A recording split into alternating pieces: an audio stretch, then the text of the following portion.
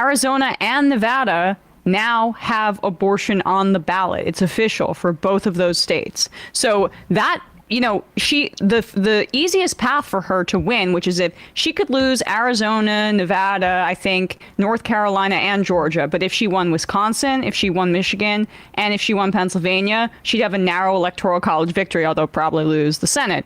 But now, multiple paths to victory with North Carolina being a toss-up. So Trump's probably thinking with RFK, with him being on the ballot in North Carolina, this helps him a little bit, although I'm not sure how much in the final estimation of things. Well, I think, I don't even know how much calculation they have to do as much as we're just gonna throw everything against the wall at this point. I mean, I think they've got to be in some type of fairly big panic mode over in Trumpville, because he's having such a sort of psychotic meltdown, and they didn't seem to have planned any. There was no contingency for what they kept saying should happen. They really outsmarted themselves. I mean, this is about as dog catching the car as it gets, except for in this instance, the dog bit the car, slammed its face into the rear bumper, did not seem to realize that the bumper was made out of steel, and shattered its face. Well, I would amend that to say that the car hit the bear, and then the bear was put in the trunk, and then the bear was dropped into Central Park. I was coming back from a falconry retreat in Goshen, New York. What's going on now on the... Oh, did we not want to play this? This was supposed to be so we played Nicole Shanahan, yeah. Oh, yeah, let's do. Okay, I'm sorry. Okay. I didn't realize we were teeing this up. Okay, so this is, let me reintroduce it. Yeah. This is Nicole Shanahan. You may not recognize her name because on the Kennedy campaign, she is known as the Bank. And she was named vice president because of her vast experience in woo, and also the fact that, where did she get all her money from? Who was she married to?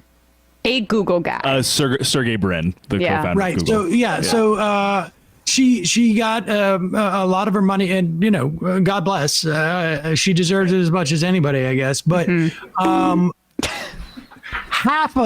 nearly half, if not more, of Kennedy's campaign funds came from her.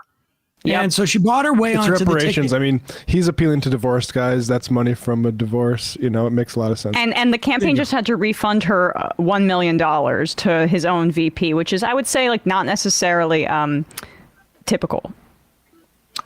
Sometimes you run for office and you loan, but here she is. And here she is explaining, I guess, there's also a possibility. Well, let's talk about what the other possibility is after she discusses. She kind of lays it out. She lays it out, but I have another theory as to what could be going on here. Okay. That just seems to continue to spiral. And I think that what my gut tells me right now is that we just have to keep being honest. I got to just keep being honest. I got to keep focusing on what matters the most outside of party lines. I need to I love this thing. focus I love these guys. on a vision that goes beyond November. And if that means that we stay in, and there's benefits to staying in. If we get over 5% of the vote, we actually establish ourselves as a party. 71% of Americans want a strong third party with a real shot at winning. There's even public funds available if we get over 5% of the vote. So we could get, I think it's $13.5 million in public funds to keep the party going. And that's, that's worth something. That means it's worth $13 million for a real third party election in 2028 where we don't have to go around and spend tens of millions of dollars on ballot access. Of my money. Which means that we can spend all of that time and money campaigning. So, you know, there's two options that we're looking at. And one is staying in, forming that new party, but we run the risk of a Kamala Harris and Waltz presidency because we draw votes from Trump, or we draw somehow more votes from Trump. Jesus, guy. Or show some expression. We walk away right now and join forces. Wait. Oh, sorry. We can go ahead, Bradley. I'll just go back. We draw votes from Trump, or we draw somehow more votes from Trump, or we walk away right now and join forces with Donald Trump, and you know, we walk away from that and we explain to our base why we're making this decision. Not easy. All right, we don't need to hear how she's agonizing over this, question. But the fact is, this is the first interview. There was a second one that she did yesterday on ABC, following up and basically reiterating this. I mean, so it's pretty clear this is what's out there. Now, it's weird when you hear this conversation, the words Bobby Kennedy, RFK, completely absent. I mean, aside from also policy stuff, I mean, completely absent from everything she's saying. It's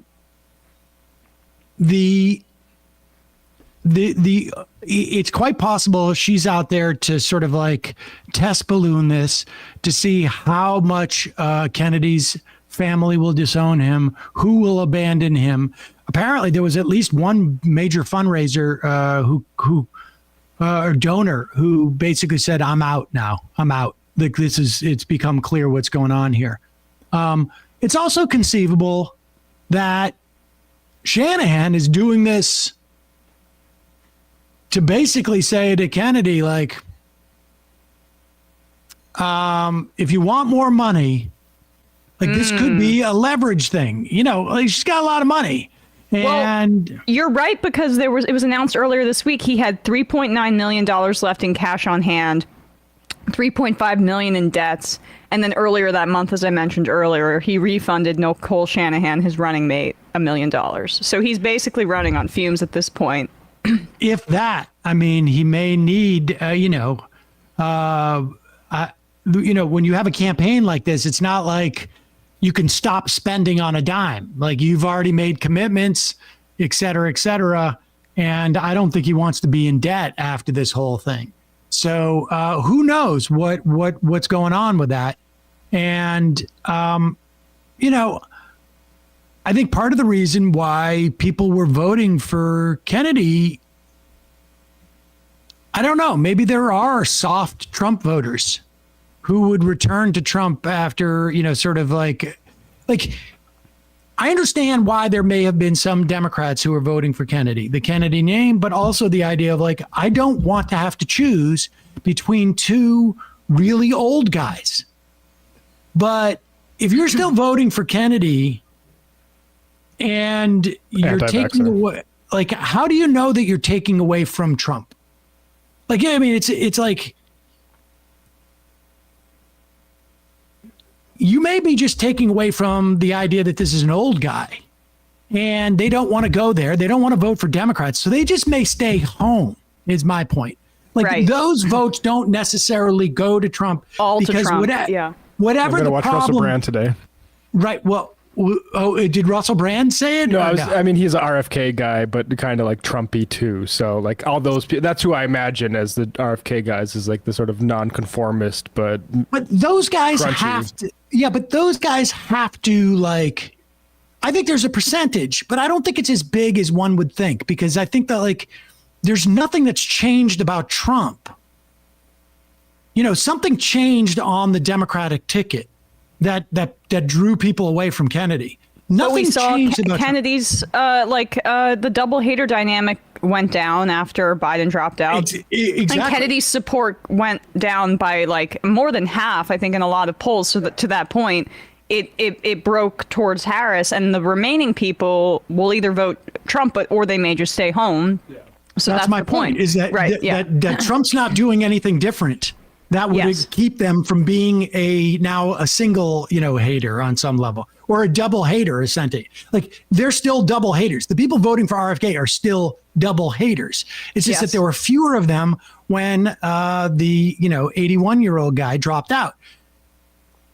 There's no reason for them to like Trump anymore. They could just not vote. Or maybe, I don't know, maybe they go to Jill Stein or I don't know. Cornel West or whatever. But I just want to reiterate this point because that woman's so insane. She has said that exposure, or did I say this already? That exposure to sunlight could help women give birth into their 50s, and that IVF is a scam that is like for profit, so it's inherently taking advantage of people, which is like, aren't you a multimillionaire? Exactly. You're a big time capitalist. The guy who she was talking to, just to give us some info on him, you might be surprised because he has such natural charisma as a podcast host, but that's not actually how he's come up. He sold Quest Nutrition, who makes those protein bars, a while ago, and now he spends his days doing podcasting. God, that's so weird that those rich guys are into that. Sam, when you did that sound protein effect, bars? I almost choked. I need to just go to Quest Nutrition. blow my nose. Yeah, I will. I've never heard of that. Made I did me the laugh. My wine went up my nose. Hey, folks, don't forget to hit the subscribe button and check out our daily show. We do it every day at 12 p.m. Eastern for about 2.5 hours. We even take phone calls. You should check that out.